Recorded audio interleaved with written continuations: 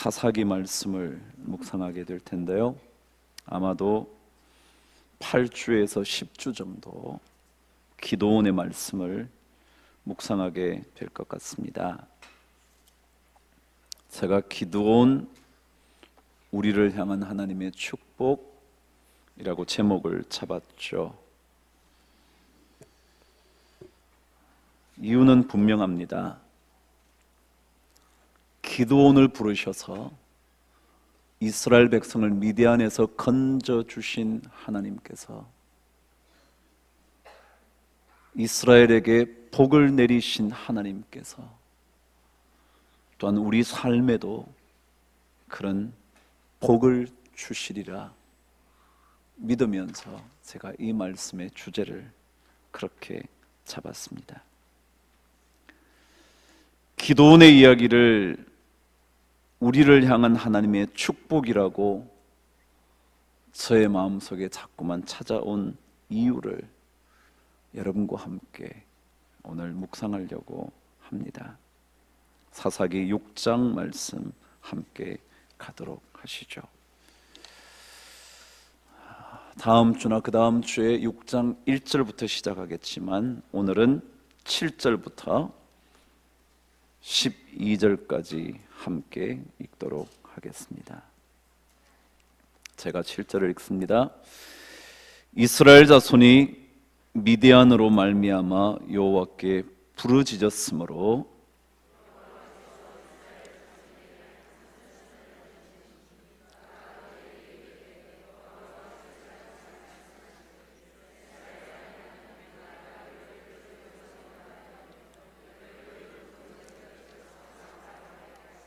애굽 사람의 손과 너희를 학대하는 모든 자의 손에서 너희를 건져내고 그들을 너희 앞에서 쫓아내고 그 땅을 너희에게 주었으며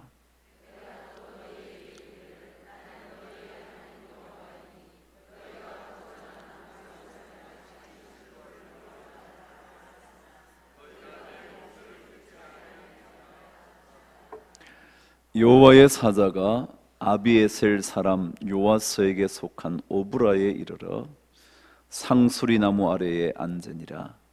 마침 요아스의 아들 기드온이 미디안 사람에게 알리지 아니하려 하여 밀을 포도주 틀에서 타작하더니 큰 용사여 여호와께서 너와 함께 계시도다. 아멘.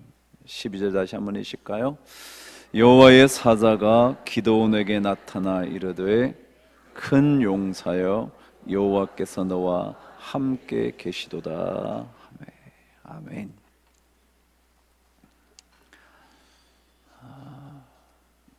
사사기의 배경은 누구나 잘 알고 계시듯이 여호수아가 모세의 뒤를 이어 이스라엘 백성을 가나안 땅으로 들여놓은 다음 모든 땅을 분배하고 가나안 땅을 하나 둘씩 점령한 이후 그는 세상을 떠나 하나님의 품에 갑니다. 모세 같은 지도자가 없었고 여호수아 같은 지도자가 더 이상 존재하지 않자 이스라엘 백성들은 갈 곳을 잃어버린 사람처럼 방황하기 시작합니다. 모든 조직의 리더라는 것은 그만큼 중요합니다. 리더가 없으면 어디로 가야 할지, 자신의 삶을 어떤 방향으로 이끌어 가야 할지 참 어려운 때가 많습니다. 가정도 그렇고 사회도 그렇고 우리의 공동체도 그럴 겁니다.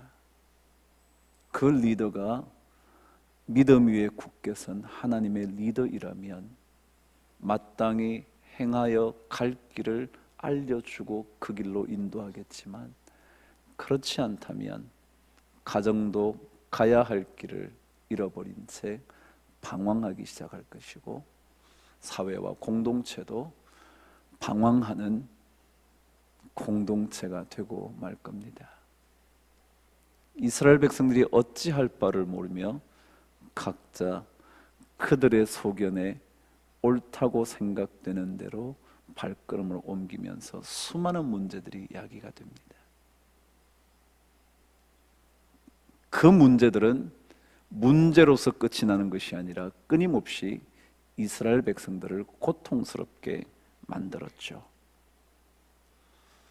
고통을 견디다 못한 이스라엘 백성들이 그제야 하나님을 부르기 시작합니다. 그 부르짖음이 마치 애굽 땅에서 고통받았던 이스라엘 백성들이 하나님께 부르짖었던 것과 같아서 드디어 하나님께서 그들의 간절한 부르짖음을 들어주시고 하나님의 사자를 보내줍니다. 그 사자들을 우리는 사사들이라 그렇게 말했습니다. 그래서 여호수아가 세상을 떠나고 사무엘이 등장하기 전까지 등장했던 수많은 리더들을 사사라고 불렀고 그들의 이야기를 담은 책이 사사기입니다. 물론 사무엘이 마지막 사사이기는 하지만 그는 이스라엘 백성들에게 왕정 시대를 열어놓았던 마지막 사사였기 때문에 왕정 시대와 연결된 말씀 속으로 그는 기록이 됩니다. 사무엘 상하, 열왕기 상하, 역대 상하 그렇게 가죠. 그러니까 그 전까지 있었던 사사들의 이야기가 사사기 속에 담겨져 있습니다. 그 중에 제가 여러분과 한 2달 정도 묵상하게 될 기드온의 첫 번 서론 얘기를 하려고 합니다. 기드온을 통하여 이스라엘 백성을 구원하신 이야기, 아니 사실은 모든 사사들을 통하여 이스라엘 백성들을 건져주신 하나님의 이야기, 그것은 하나님께서 우리를 향한 거대한 축복의 선물들이었습니다. 모든 사사들은 그렇습니다. 그 중에 오늘 한 사람 기드온도 마찬가지로 미디안 족속의 고통 속에서 이스라엘 백성들을 건져 주었던 하나님의 축복의 이야기 감격적으로 담겨져 있습니다. 그 이야기가 왜 감격이고 감사일까? 어려울 때마다 하나님께서 사람을 부릅니다. 기드온을 부릅니다. 드보라를 부릅니다. 시스라를 부릅니다. 입다를 부릅니다. 온니엘을 부릅니다. 누구든지 불러내기 시작합니다. 하나님께서 그들을 부르셔서 이스라엘 백성을 건지시는 일에 사용하셨습니다. 하나님은 우리를 부르셔서 하나님의 놀라운 일에 사용하시고 싶어 합니다. 사실 어느 누구도 사사기를 자세히 읽어보시면 그 누구도 처음부터 탁월하다고 느껴지는 바는 거의 없습니다. 오늘 여러분이 보시는 기드온도 탁월한 한 가문의 사람이 아니었고 보잘것없는 가문에 보잘것없는 한 남자에 불과했는데 하나님께서 그를 부르신 겁니다. 그래서 미디안의 손에서 이스라엘을 건지게 되는 역사의 주인공을 만듭니다. 저는 이것을 읽으면서 그렇지, 여러분이나 저나 별 볼 일 없을지는 모르지만 하나님께서 부르셔서 쓰시기만 하시면 미디안을 무찌를 수 있는 위대한 기드온이 될 수 있다는 겁니다. 그게 저는 하나님께서 우리를 향한 축복이라 생각이 듭니다. 하나님께서 우리를 향하여 불러내실 때 그분의 음성에 응답하여 그분 앞에 나서기만 하면 그분은 반드시 부르신 그들을 통하여, 부르신 여러분과 나를 통하여 그 놀라운 일을 이루실 수 있다고 믿습니다. 오늘 기도원 얘기를 여러분과 한번 잘 읽어보시면서 하나님께서 여러분을 쓰시고 싶어 하실 때, 여러분을 부르실 때 여러분과 제가 기도원처럼 쓰임받는 존재가 될 수 있기 위하여 오늘 성경이 무엇을 말하는가 잘 들어보시게 되기를 바랍니다. 오늘은 서론입니다.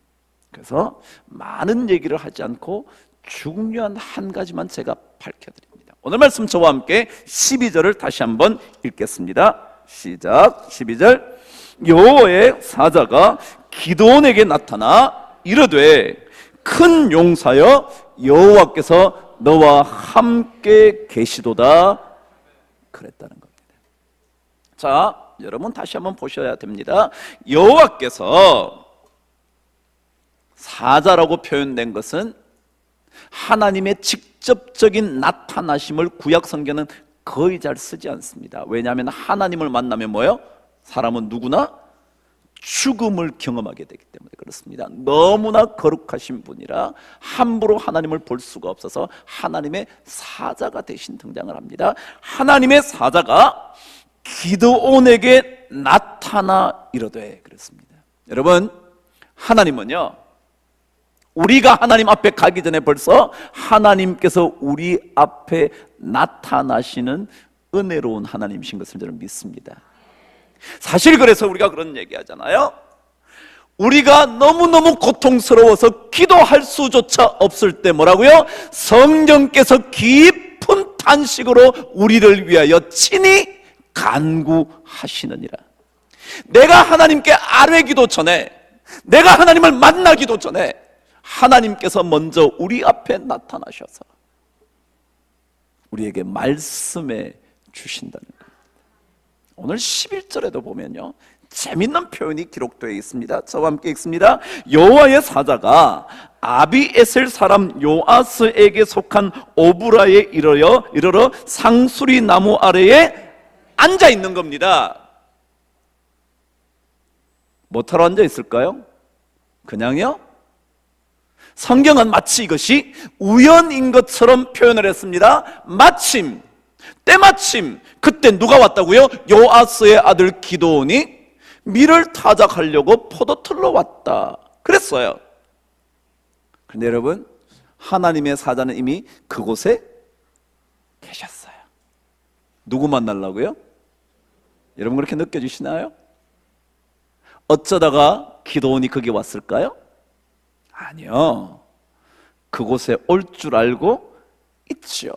하나님은 우리의 모든 것을 알고 계시는데, 멀리서도 우리의 생각을 통촉하고 계시는데 그거 모르겠어요? 여러분, 밀은요 어디에서 타작해야 됩니까? 밀 타작하는 데서요. 근데 어디 와 있죠? 포도즙을 만드는 그곳에 왔다는 거예요. 이해가 잘 안 되시죠? 여러분, 그 당시에 밀을 타작하는 곳은 주로 높은 곳에 있었답니다. 이유가 뭐냐면 높은 곳에는 바람이 잘 불어서 밀을 타작을 하면 쓸데없는 것들 말이죠, 겨 같은 것들을 잘 날려보낼 수 있었기 때문에 언제나 밀 타작하는 것은 높은 곳이랍니다.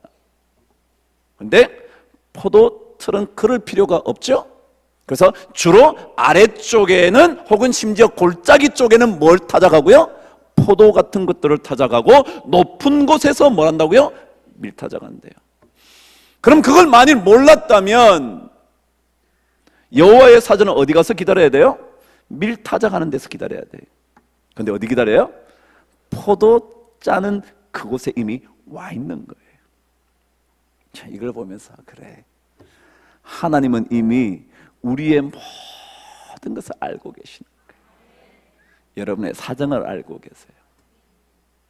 여러분의 사정을 안다고요.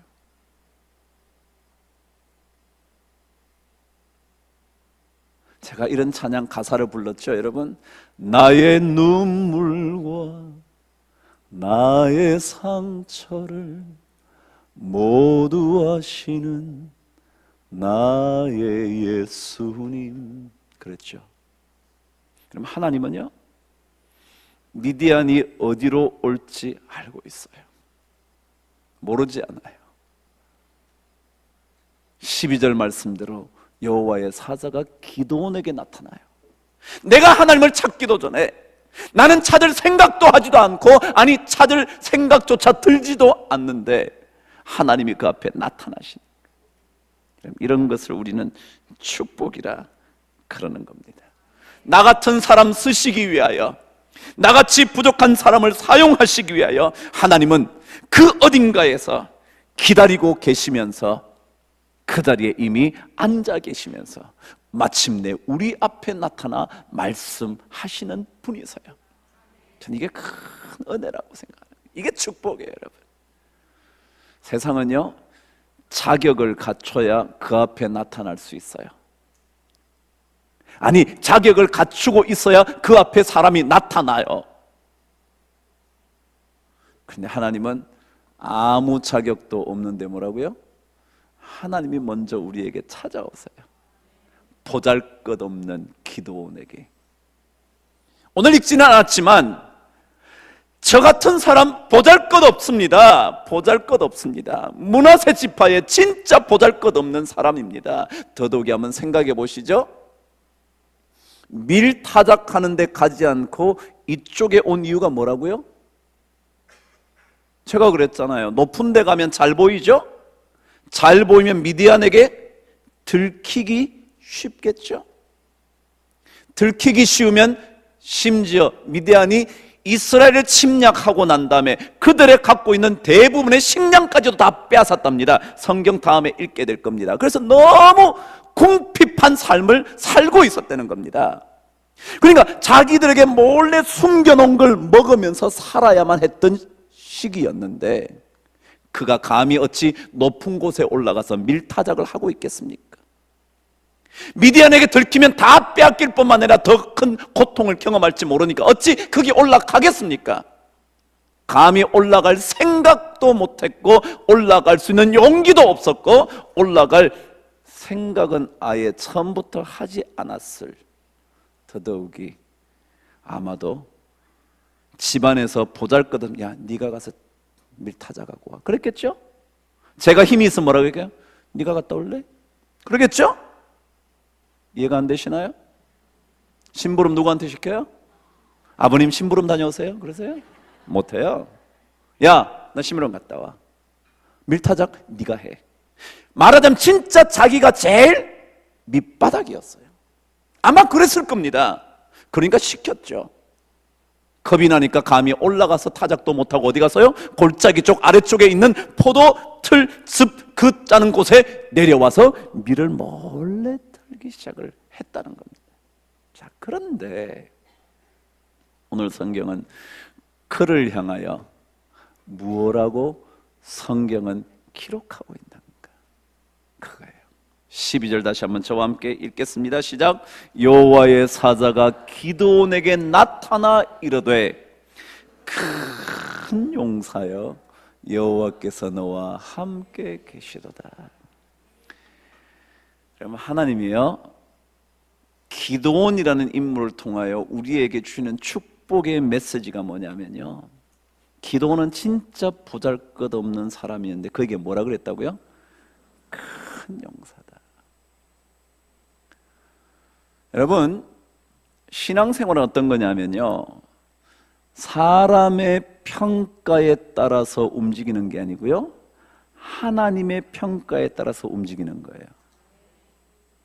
나는 보잘것없는데 남들은 나를 보잘것없다고 생각하는데 그것보다 더 중요한 게 뭐라고요?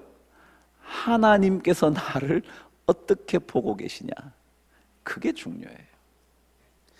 기도는요, 지파 중에서 제일 밑바닥이었을 것 같기도 하고 이미 미디안이라는 거대한 국가에 짓밟힌 한 나라의 사람에 불과했던데 그를 가리켜 하나님께서 큰 용사다 그랬어요. 큰 용사예요? 아니에요? 아니에요. 왜요? 큰 용사였다면 어디에 올라간다고요? 밀타작하는 높은 곳으로 올라갔다니까요. 왜요? 덤벼. 덤비라고. 니네들이 우리나라를 침략했어? 내가 가만히 안 둘 거야. 그랬겠죠. 근데 큰 용사 아니었어요. 근데 하나님은 그를 가리켜 뭐예요? 큰 용사래요. 여러분 누구 말 들으실래요? 진짜 그렇게 생각하세요? 에이, 거짓말하지 마세요. 좋은 학교 들어가면 큰 용사 같죠? 좋은 학교 안 들어가면 보잘것없는 자식이죠. 너 때문에 부끄럽다야. 부끄러워. 어쩌면 그러냐, 넌 그거밖에 못하냐 라고 생각이 들죠. 그런데요, 여러분, 사람의 평가에 여러분의 생명을 걸면 그리스도인 아니에요. 우리는 하나님께서 나보고 뭐라고 그러시는가에 귀를 기울이고 살아야 돼요. 기도원같이 보잘것없는 사람에게 하나님께서 뭐라 그러셨다고요? 큰 용사여. 그러면 아멘 그래야 돼요. 근데 대부분의 사람은 기도원처럼 그렇게 못해요. 무슨 말씀 하시는 겁니까? 제가 S대를 나왔나요? 좋은 대학을 다니나요? 뭘 직장을 줬나요? 뭐 월급이 있나요? 뭐 넉넉한가요? 뭐 집안이 괜찮나요? 뭐 우리 부모가 뭐 괜찮나요? 잘 돼주나요? 전부 다 그렇게 생각해요. 기도원이 그러는 거예요. 저 얼마나 보잘것, 저보고 큰 용사라뇨.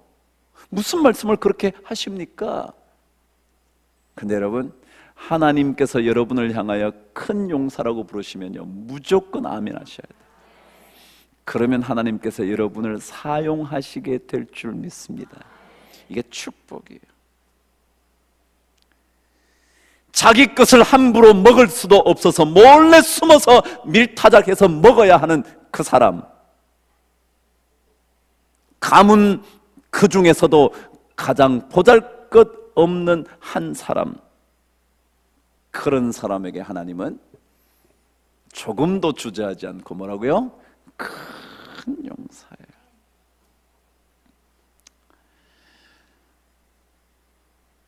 여러분 스스로를, 그래, 여러분 자식들 스스로를 비참하게 만들지 마세요. 스스로 야 나는 학벌도 안 좋고, 대부분의 사람들이요, 학벌이 안 좋으면 상처가 많아. 상처가 많아. 고등학교 나와서 상처가 많아. 왜 그렇게 많은지 몰라요. 그렇게 억울하세요? 저도 억울해요. 그래도 그렇게 억울하시면 안 돼요. 그것으로 인하여 여러분 스스로를 비참하게 만들지 마세요. 하나님의 음성을 들으세요. 뭐라고요? 큰 용사예요. 저는 하나님께서 여러분 모두에게 그 음성을 들려주신다고 믿어요. 이사야? 양치는 사람에 불과했어요. 별거 없어요. 뭐세요? 사실은 어쩌다가 건짐을 받아서 왕자 행세를 했지만 결국은 쫓겨나요. 아무것도 아니에요. 이스라엘 백성이 이끌으라 그랬을 때 뭐예요? 나는 말도 못하고 어떻게 내가 이끌어요? 그래요. 근데 아니요, 하나님께서 여러분에게 어떻게 하실지에 관심을 가지세요. 기도원에게 하나님께서 어떻게 하셨는지에 주목하세요. 여러분이 여러분 스스로를 평가하는 일이나 남들이 여러분을 평가하는 일, 그 일은 중요하지 않아요. 하나님께서 어떻게 말씀하시느냐에 관심을 가지세요.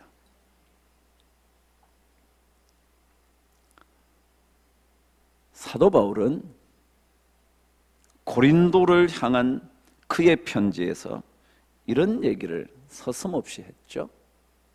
하나님은 어떤 분이셨냐 하면 미련한 자들을 세우셔서 뭐 하신다고요?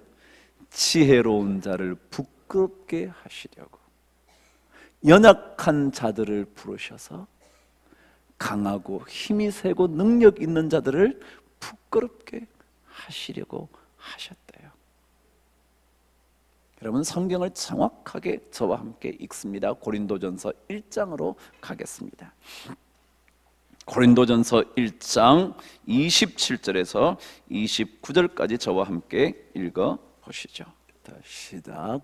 그러나 하나님께서 세상에 미련한 것들을 택하사 지혜 있는 자들을 부끄럽게 하려 하시고, 세상에 약한 것들을 택하사 강한 것들을 부끄럽게 하려 하시며, 하나님께서 세상에 천한 것들과 멸시받는 것들과 없는 것들을 택하사 있는 것들을 폐하려 하시나니, 이는 아무 육체도 하나님 앞에서 자랑하지 못하게 하려 하심이라.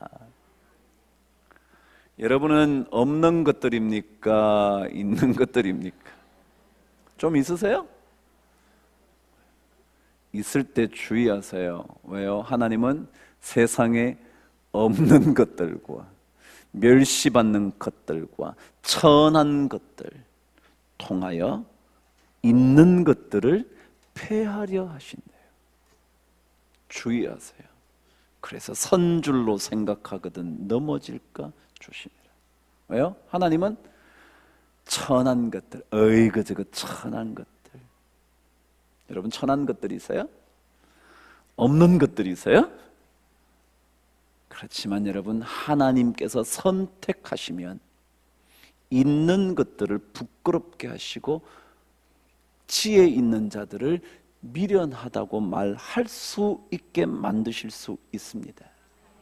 이게 하나님이에요. 그래서 우리는 세상의 평가에 고민하지 말자. 제발 세상의 평가, 까짓 거 세상에 조금 더.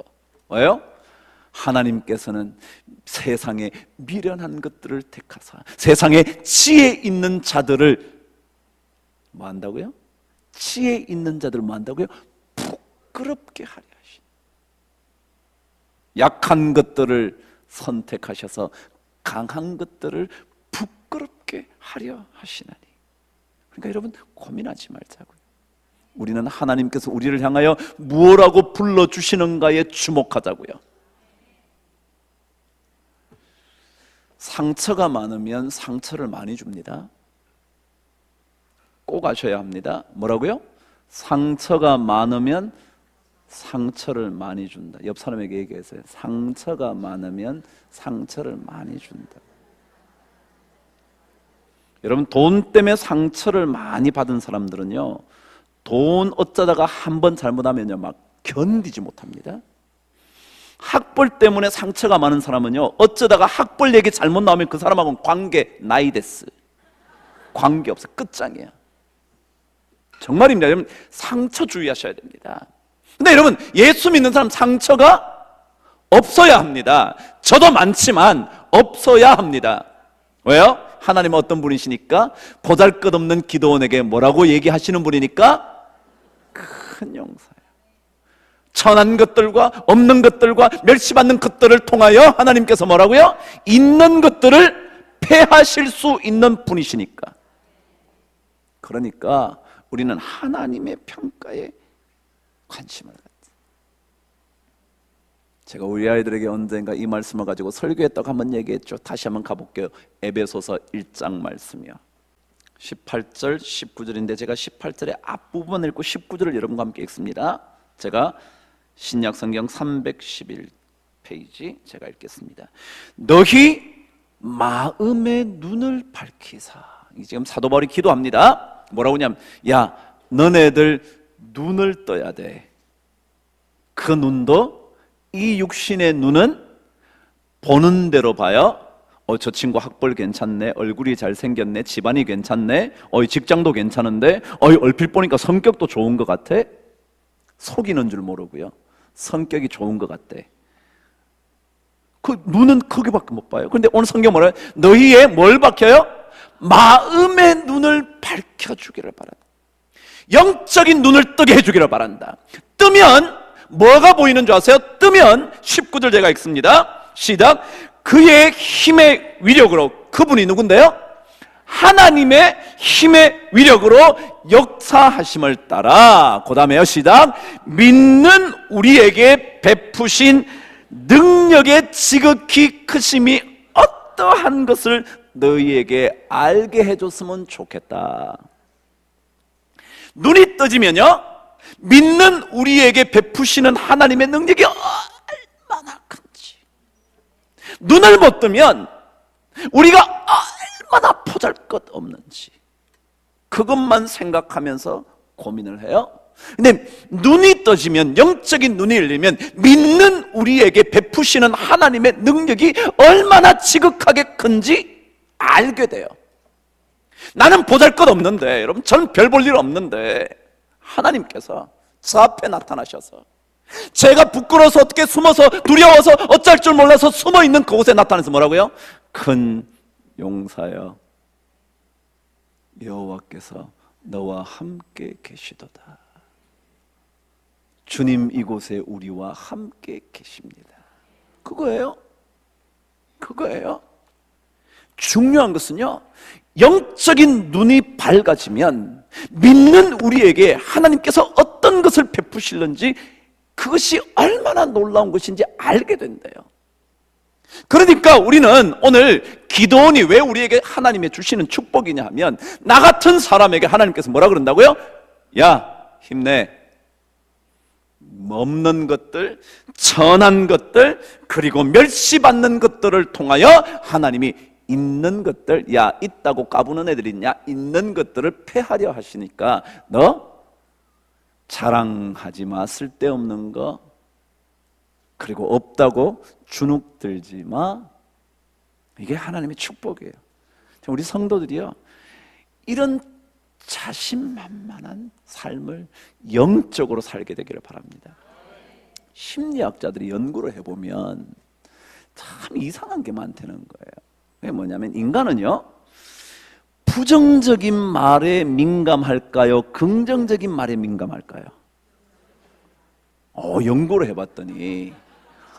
해봤더니요, 긍정적인 말엔 별로 안 민감하대. 근데 부정적인 말에는 엄청 민감하대. 그래서요, 자식들에게 왜 긍정적으로 말해줘야 되느냐 하면요, 부정적인 얘기를 하면요, 사람은 자기도 모르게 모든 능력을 닫아버립니다. 그런데요, 심리학자들이 연구해보니까, 제 얘기가 아니고, 연구를 닫아버리면서 뭘 생각하냐, 그때부터 자기 보호, 자기 방어, 자기를 어떻게 지켜야 될까 굉장히 날카로워진대. 뭘 해주면? 부정적으로 얘기하면 너무 민감해진다 이 말이에요. 그럼 저는 하나님이 좋아요. 모세가 말 못한다. 야, 걱정하지 마. 내가 입 안 지었냐? 말하게 해줄게. 걱정하지 마. 그런데도 저는요 못한다니까요. 말은 못한다는데 왜 자꾸. 그러니까 야, 그럼 내가 그래 알았다. 말 잘하는 아론 붙여줄게. 그러잖아요. 여러분, 걱정하지 마세요. 말 못하시면 누구 붙여줘요? 아론 붙여줘요. 못생겼으면요, 하나님이 잘생긴 사람 붙여줄 거예요. 걱정하지 마세요. 진짜라니까요. 이사야도 막 어쩔 줄 모르니까요. 저 입술이 더럽다. 걱정하지 마. 내가 태워주면 될 거 아니야. 부정한 거 다 태워줄게. 네가 뭐 걱정인데. 예레미야도 그러잖아. 어린아이라 말을 할 줄 모르. 걱정하지 마. 내가 주는 대로 네가 말하면 되는 거지. 네 말 안 해도 돼. 그러잖아요, 여러분. 기도원도 어쩔 줄 모르는데 뭐라고요? 큰 용사야. 큰 용사야. 여러분과 저에게 중요한 것은요, 믿음의 눈이 밝혀져서요, 믿음을 가진 우리들에게 하나님께서 얼마나 놀라운 일을 베푸실 건가, 그거 보게 되는 게 사도 바울의 기도였어요. 전 여러분이 그 기도를 열심히 드려서 기도원처럼 큰 용사야, 그럼 무조건 아멘 하시게 되기를 바랍니다. 상처가 많은 사람이 상처를 많이 준다 그랬죠. 그러니까 돈 문제에 상처받지 마세요. 하나님께서는 없는 것들을 택하사 있는 것들을 그냥, 그러니까 있는 것들이 문제야. 지가 좀 있다고 생각하는 것들이 문제야. 지가 경험이 좀 있다고 생각하는 것들이 문제야. 그것이 뭔지 모르겠어요. 하여간 그것들이 문제. 그게 문제예요. 아니야. 오늘 성경 말했잖아요. 이는 아무 육체도 하나님 앞에서 자랑치 못하게 하려 하심이니라. 없다고 그래서 그것 때문에 여러분 고민할 거 하나도 없어요. 자, 그런데 오늘 성경 결론으로 갈게요. 오늘 지금 우리 백장님께서 재정복으로 하시기 때문에 시간이 없는데 제가 지금 그냥 짧게 하려고 그랬는데, 큰 용사예요. 그랬어요. 여러분, 근데 우리가 큰 용사라는 말은요, 여러분이 잘나서 큰 용사가 아니에요. 방금 얘기했던 기돈이 못났다니까요. 못난 남자라니까요. 지 목숨을 부지하기 위해서 숨어들어 있는 부끄러운 한 민족의 한 남자이거든요. 근데 큰 용사래요. 그래, 우리는 뭐 별 볼 일 없어요. 사실 별 볼 일 없어요. 여러분, 여러분, 우리 교회 뭐 별 볼 일 없어요. 다 제가 여러분은 별로 없다 그러니까 기분 나쁠지 모르지만 뭐 별 볼 일 있겠어요. 뭐 그저 그렇지. 그냥 저는 늘 그저 그렇지. 뭐 똑똑하다 그래도 다 그게 그거더라. 뭐 자기가 돈 좀 벌었다 그래도 뭐 그게 그거더라. 뭐 나한테도 주지도 않는데 뭐 쥐가 벌어서 뭐 쥐가 본 거지. 뭐 그렇잖아요. 뭐 그건 뭔 상관이 그저하고. 그렇잖아요. 그죠? 여러분 그러세요. 받을 생각하면 억울하잖아요. 그런데 그렇지 않아요. 뭐 주시면 감사하고요. 안 주시면 여러분이 보셨으니까 할렐루야. 그죠? 여러분이 열심히 노력한 얼마나 감사해요. 여러분이 잘 보셨으니까 얼마나 좋아요. 근데 여하간 이 모든 것들을 접어두고요, 우리가 사실 보면 아무것도 아니잖아요. 조금만 뭐 하나 건드리면 돈을 잘 벌어도요, 졸부가 된 사람은 졸부라는 말 한마디에 그냥 발칵 뒤집어지는 거예요. 그렇잖아요, 여러분. 돈 잘 벌어도요, 자기 어쩌다가 학벌이 좀 모자라면요, 그것 때문에요, 돈으로 학벌을 막 살라 그러는 거야. 그러다가 들키면요, 어쩔 줄 몰라는 거예요. 그런 거잖아요, 여러분. 우리 뭐 대단하냐고요? 대단하지 않아요. 아는데 하나님 우리 보고 뭐라 그런다고요? 대단하다고요. 대단한데 무엇 때문에 대단한가? 오늘 성경은 다시 한번 말합니다. 시작. 여호와께서 너와 함께 계시도다. 왜 큰 줄 아냐? 하나님께서 너와 함께 계시니까 네가 큰 거야. 왜요? 하나님이 우리와 함께 계시면 하나님의 능력이 우리 안에 들어오시는 거거든요.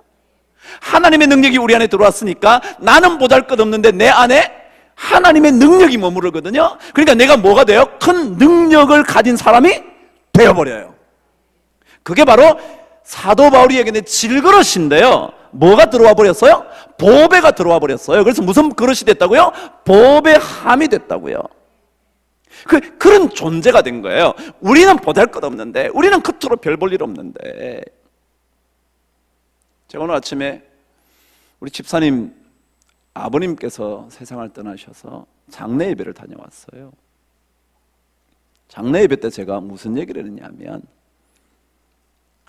TV에서 본 한 부부 얘기를 했어요. 무슨 얘기였냐면요, 치매가 너무너무 심각한 문제이라는 것을 쭉 이렇게 방송으로, EBS에서 교육방송에서 그걸 하대요. 저는 주로 교육방송을 많이 봐요. 도움이 참 많이 돼요. 그런데 이 여인이, 부인이 60세에 치매가 온 거예요. 여러분 60 넘으시면 감사한 줄 아세요? 치매가 왔는데 66세가 된 거예요. 6년 동안 치매를 계속 앓고 있는 거죠. 근데 치매가 어느 정도냐면 이 남편이 매일 밥을 해서 먹여줘야 돼요. 왜냐하면 치매가 모든 이 기억들을 자꾸 상실하잖아요. 예를 들자면 칫솔을 주면 이걸 가지고 뭘 하는 건지를 모르는 거예요. 상상이나 되세요? 여러분 아무렇지도 않죠? 칫솔 주면 당연히 치약을 짜서 이빨을 닦죠? 근데 쥐고 아무것도 못하는 거예요. 그래서 남편이 와서 당신 여기 치약을 짜야지. 치약을 손에 쥐어줘서 치약을 쥐어줬는데 이걸 여기에 짤 줄을 모르는 거예요. 들고 이렇게 있는 거예요. 어떨 줄 모르고. 그래서 남편이 짜야지 그러면서 이제 짜줬어요. 근데 이 치약 묻은 칫솔을 들고 비누에다가 넣으려고 해요. 결국은 남편이 이걸 닦여줬어요. 바깥에 나갔다 집으로 들어가는데 손잡이에 손을 잡게 해줘요. 근데 이걸 돌려 이렇게 문을 당기든지 밀든지 할 거네요. 이건 못 돌리는 거야. 그러니까 이걸 잡고 어떻게 해야 되는지 모르는 거야. 이걸 잡고 이건 뭐 하는 건가? 모르는 거예요. 그럼 상상이 됐어요? 자, 오늘 그래서 그 슬픈 얘기를 했죠. 그 남편에게서 날마다 일지를 적어요. 오늘 뭐 아내가 뭐 어떻게 했다 뭐 어떻게 했다.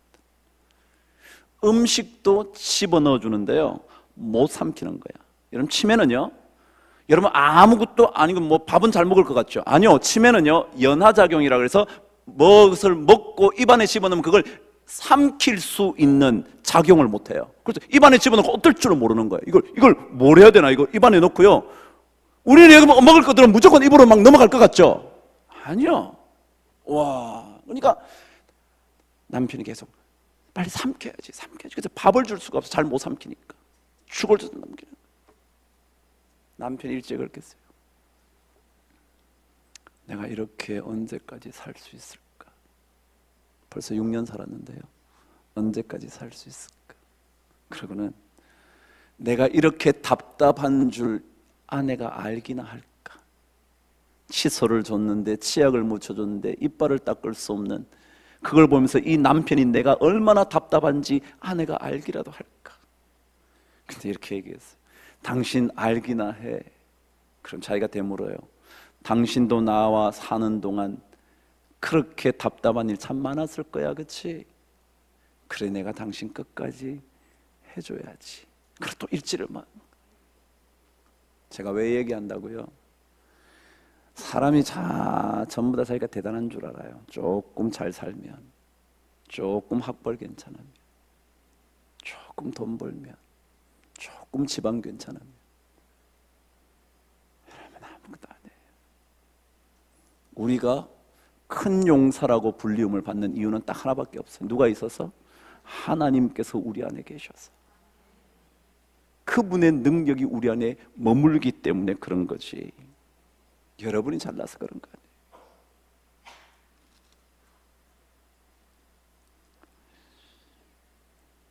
하나님과 함께하는, 하나님이 우리 안에 거하시는 여러분에게 능력이 있습니다. 여러분에게 능력이 있는 게 아니고요, 하나님께서 여러분 안에 거하심으로 인하여 우리에게 능력이 있습니다.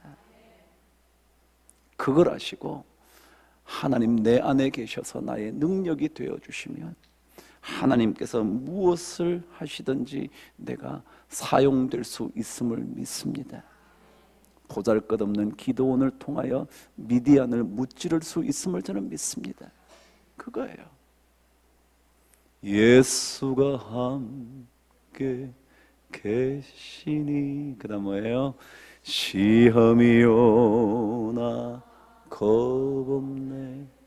다른 것 때문에 다 슬프도요, 기쁨의 근원 되시는 우리와 함께 계시는 예수를 위해 삽시다. 날마다 주를 섬기며 언제나 주를 기리고 그 사랑 안에 살면서 딴 길로 가지 맙시다. 여러분, 그래요. 저는 기도원을 보면서 우리에게 주시는 하나님의 축복이 얼마나 큰가, 할 수 있는 게 없더라고요. 근데 저는 이 말씀을 읽으면서 하나님께서 나에게 또 축복의 말씀을 해주신 거예요. 내가 아무것도 할 수 없는 정말 기도원 같은 사람에 불과한데 하나님께서 내 앞에 나타나서 이르시면서 뭐라고 그런다고요? 큰 용사여, 내가 너와 함께 있지 않냐? 여러분, 이 말을 듣고 아멘 하실 수 있는 은혜가 있게 되기를 바랍니다. 그러면 하나님께서 반드시 여러분과 우리를 놀라운 도구로 사용해 주실 줄 믿습니다. 이 기도원 이야기 오늘 서론에 불과하고요, 하나님께서 이 기도원에게 어떻게 역사하시는지를 잘 묵상하면서 지나가시게 되기를 바랍니다. 하나님께서 여러분 모두에게, 우리 모두에게 우리를 향하신 놀라운 축복이 있음을 꼭 기억하시고 사람들의 평가에 다 그러지 마시고 하나님께서 여러분을 어떻게 부르시는지, 하나님께서 여러분의 자녀를 어떻게 말씀하시는지 그 말씀에 따라 여러분 삶을 이끌어 가시게 되기를 주님의 이름으로 축복합니다. 하나님 아버지, 힘들고 힘들지만 어떻게 해야 될지 모르겠지만 주변은 자꾸 좋아오는데 어떻게 해야 될지 모르지만 주님께서 이미 우리가 어쩔 줄 몰라 숨어 들어가 있는 그곳까지 미리 와 계셔서 말씀하여 주시는 분이심을 믿습니다. 그리고 우리처럼 어쩔 줄 몰라 할 때 큰 용사여 여호와께서 너와 함께 계시도다. 그 음성을 들을 때 감사하며 찬송한 우리 모두가 되게 하여 주시옵소서. 기도원을 만나 주셨던 것처럼 우리 부족한 모두를 만나 주실 줄을 믿습니다. 기도원을 가리켜 큰 용사라고 말씀하여 주셨던 것처럼 우리 모든 성도들에게 큰 용사라고 우리의 이름을 불러주실 줄 믿습니다. 하나님 아버지, 우리의 마음의 눈을 밝혀주시고 믿음의 눈을 밝혀주셔서 믿음을 가지고 있는 믿는 우리에게 베푸신 하나님의 능력이 얼마나 큰지 깨달아 고백할 수 있는 우리 모두가 되게 하여 주시옵소서. 감사를 드리며 예수 그리스도 이름으로 기도드립니다.